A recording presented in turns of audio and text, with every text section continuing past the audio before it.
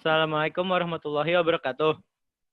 Perkenalkan, kami dari kelompok 5B akan menjelaskan tentang doping. Saya Noval Ahmed dan teman saya Daniel Ramanugroho dan Mohrizal yang berhalangan hadir karena masalah teknis.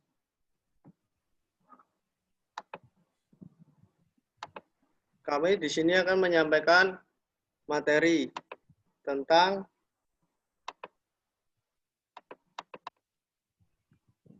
doping.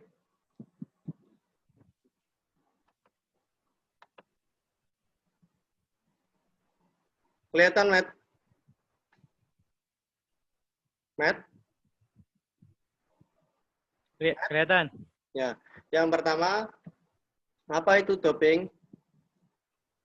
Doping adalah doping berasal dari kata dop, berasal dari bahasa suku Kafren di Afrika Selatan, yang berarti minuman keras berkonsentrasi tinggi dari campuran akar-akar tumbuhan yang dipakai masyarakat setempat sebagai perangsang stimulan pada acara-acara trans pada budaya setempat.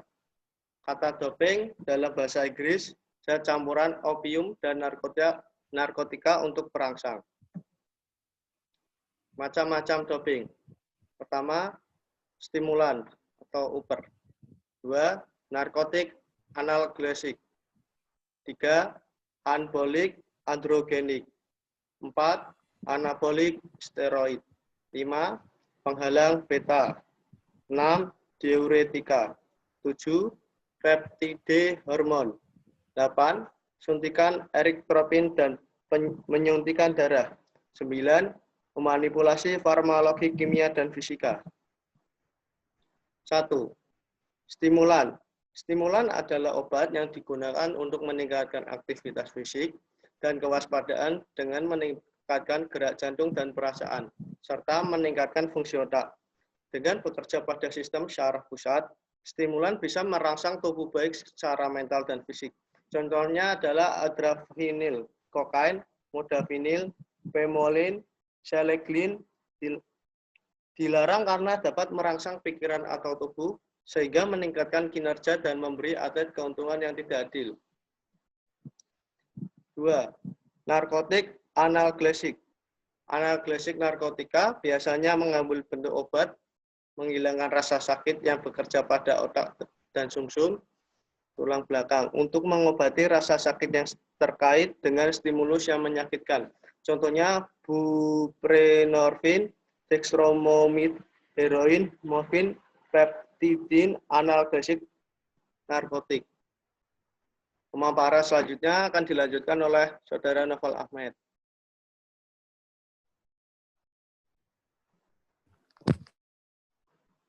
Cannabinoids. Cannabinoids adalah bahan kimia psikoaktif berasal dari tanaman ganja yang menyebabkan perasaan relaksasi. Contohnya adalah hasis, minyak hasis, marijuana. Marijuana umumnya tidak dianggap meningkatkan kinerja, tapi dilarang karena penggunaannya merusak citra olahraga. Ada juga faktor keamanan yang terlibat karena penggunaan ganja dapat melemahkan kemampuan atlet, sehingga mengorbankan keselamatan atlet dan pesaing lainnya.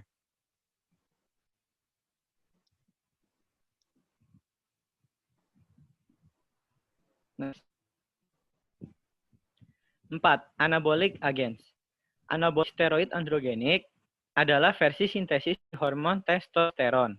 Testosteron adalah hormon kelamin laki-laki yang ditemukan dalam jumlah besar pada kebanyakan laki-laki dan di beberapa perempuan. Anabolik steroid androgenik masuk ke dalam salah satu dari dua kategori, yaitu steroid eksogen adalah substansi yang tidak mampu diproduksi oleh tubuh secara alami, dan steroid endogen adalah mereka zat yang mampu diproduksi oleh tubuh secara alami. Contohnya, steroid eksogen adalah drostanolone, metolone, dan oxandrolone. Sedangkan contoh steroid endogen adalah androdea dan testosteron. Ya. 1. Peptides hormones. Hormon peptida adalah zat yang diproduksi oleh kelenjar dalam tubuh dan setelah beredar melalui darah dapat mempengaruhi organ-organ dan jaringan lain untuk mengubah fungsi tubuh. Contohnya adalah eritropoietin, hormon pertumbuhan manusia, insulin, kortikotropins, hormon peptida yang merupakan pelayan pembawa pesan antara organ berbeda. Dilarang karena merangsang berbagai fungsi tubuh seperti pertumbuhan, perilaku, dan sensitivitas terhadap rasa sakit.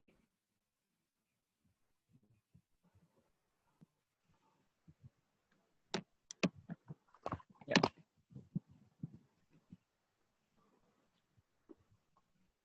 Beta-2 agonis. Beta-2 agonis adalah obat yang biasa digunakan untuk mengobati asma dengan relaksasi otot-otot yang mengelilingi jalan nafas dan membuka saluran udara. Contohnya, bambuterol hidroklorida, reproterol, hidroklorida, tulobuterol. Dilarang memberikan keuntungan yang sama dengan stimulan nomor 1 anabolik. Atlet menggunakannya untuk meningkatkan ukuran otot mereka dan mengurangi lemak tubuh. Bila dimasukkan melalui mulut ataupun dengan suntikan, beta-2 dapat memiliki efek stimulasi yang kuat. Obat ini dilarang di dalam dan di luar kompetisi. Next. Masking agents.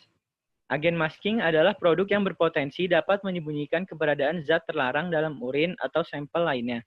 Contohnya, epitestosteron, dextran, diuretik, probenesid. Itu dilarang karena masking agen dapat menyembunyikan keberadaan zat terlarang dalam urin seorang atlet atau sampel lainnya, yang memungkinkan mereka untuk menutupi penggunaan dan memperoleh keunggulan kompetitif yang tidak adil. Atlet memang menggunakannya untuk menyembunyikan penggunaan zat terlarang dalam proses pengujian. Obat ini dilarang di dalam dan di luar kompetisi.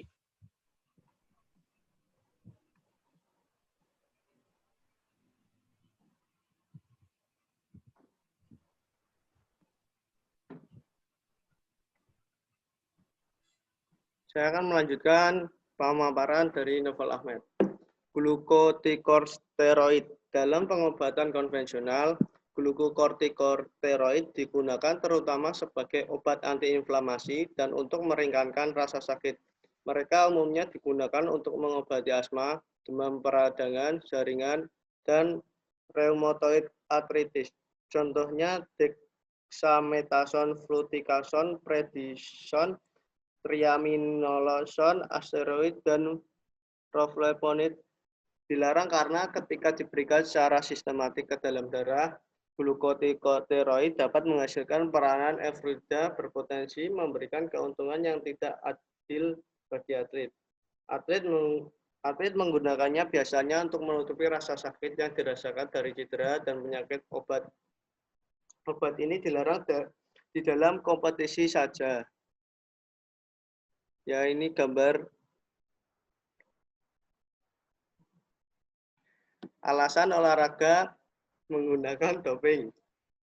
Terbiasa melakukan kecurangan, persaingan yang ketat, reaksi yang berlebihan terhadap kemenangan, frustasi tidak menang, ambisi juara, dan propaganda. Alasan olahragawan memakai doping. 1. Aspek psikososial kepribadian. 3. Frustasi. 4. Lingkungan sosial individu. Nilai sosial kemenangan, lingkungan masyarakat, lingkungan pemain. 5. Kurangnya informasi tentang bahaya penggunaan doping. 6. Ketatnya persaingan. 7. Komersialisasi. 8. Propaganda. Contoh kasus pengguna doping. Tahun 1865, doping digunakan perenang dalam lomba di saluran air Amsterdam. Saat 1886, seorang pembalap sepeda Prancis yang mengikuti lomba balap 600 km meninggal setelah menggunakan trimetri. Tahun 1910, pemberian para doping pada lahan bertanding agar prestasi lawan menurun. Tahun 1960, pembalap sepeda meninggal karena terlalu banyak mengonsumsi amfetamin.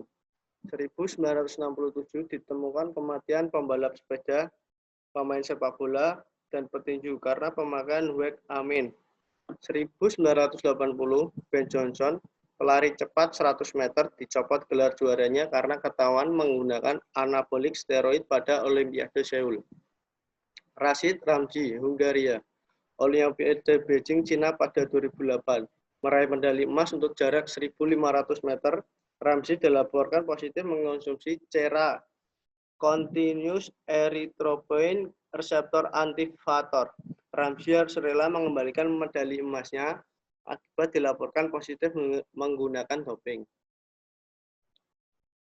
Ini gambar pengetahuan tentang suplementasi bebas doping.